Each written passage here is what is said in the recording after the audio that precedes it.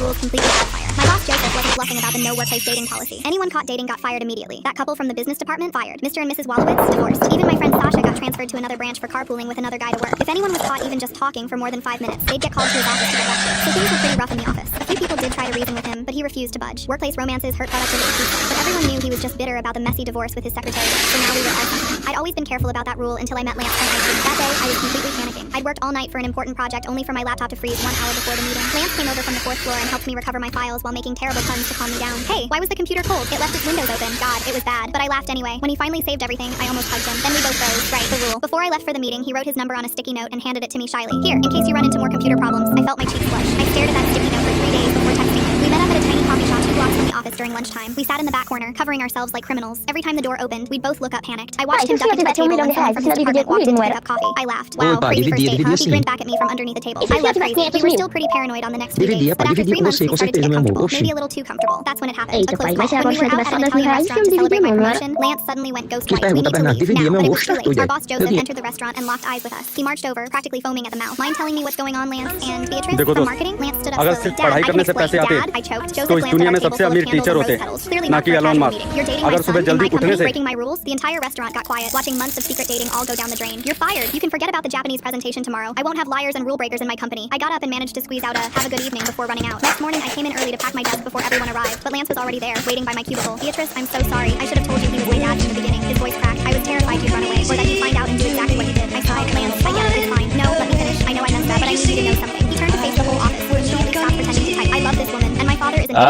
for firing the smartest person in this company over his stupid rule. Someone actually gasped. Nobody talked about Joseph like that. Before I could respond, Joseph's assistant Jade burst through the door, completely panicked. Beatrice, thank God you're here. Joseph collapsed in his office. The Japanese investors are in the conference room, and nobody can find the updated presentations. He kept everything to himself, and please, she begged, practically hyperventilating. The whole deal's going to fall apart. We need you. Lance grabbed my hand. Beatrice, you don't owe him anything. I looked at Jade's terrified face, thought about my coworkers who lose their jobs if this deal fell through. Where's Joseph now? I asked. Jade led us to Joseph's office, where he was slumped in his chair, gasping for breath, hands shaking so bad he couldn't type his password. 20 minutes, Jade whispered. The investors fly out in 3 hours. If we don't present in 20 minutes, we lose them. Joseph tried to choke us. Get her out, Dad. Can you quit it? She's here to help, Lance said, grabbing his anxiety medication from the desk drawer. The entire company is about to go under. I pulled out my laptop from the moving box I'd been packing. Thank God I hadn't deleted anything yet. Jade, conference room 2. Joseph tried standing up. I can do it myself. You can't even breathe. Lance shot back. I looked Joseph dead in the eye. I'm doing this for them, not you. I took a deep breath and walked into the conference room, bowing at the 5 Japanese executives who clearly looked annoyed. I pulled up a PowerPoint and honestly gave the best presentation of my life. 90 minutes later, $50 million deal signed. After the investors left, Joseph slumped into his chair. How did you know all that? Because I've been doing your work for 3 years. Joseph called an all-company meeting the next morning. He looked rough, like he'd aged 10 years overnight. I need to apologize to all of you, especially Beatrice. He couldn't even look at me. My personal problems created a toxic policy that hurt everyone. Effective immediately, the no dating policy is terminated. Lance grinned at me in the crowd and screamed, "That's my girl!"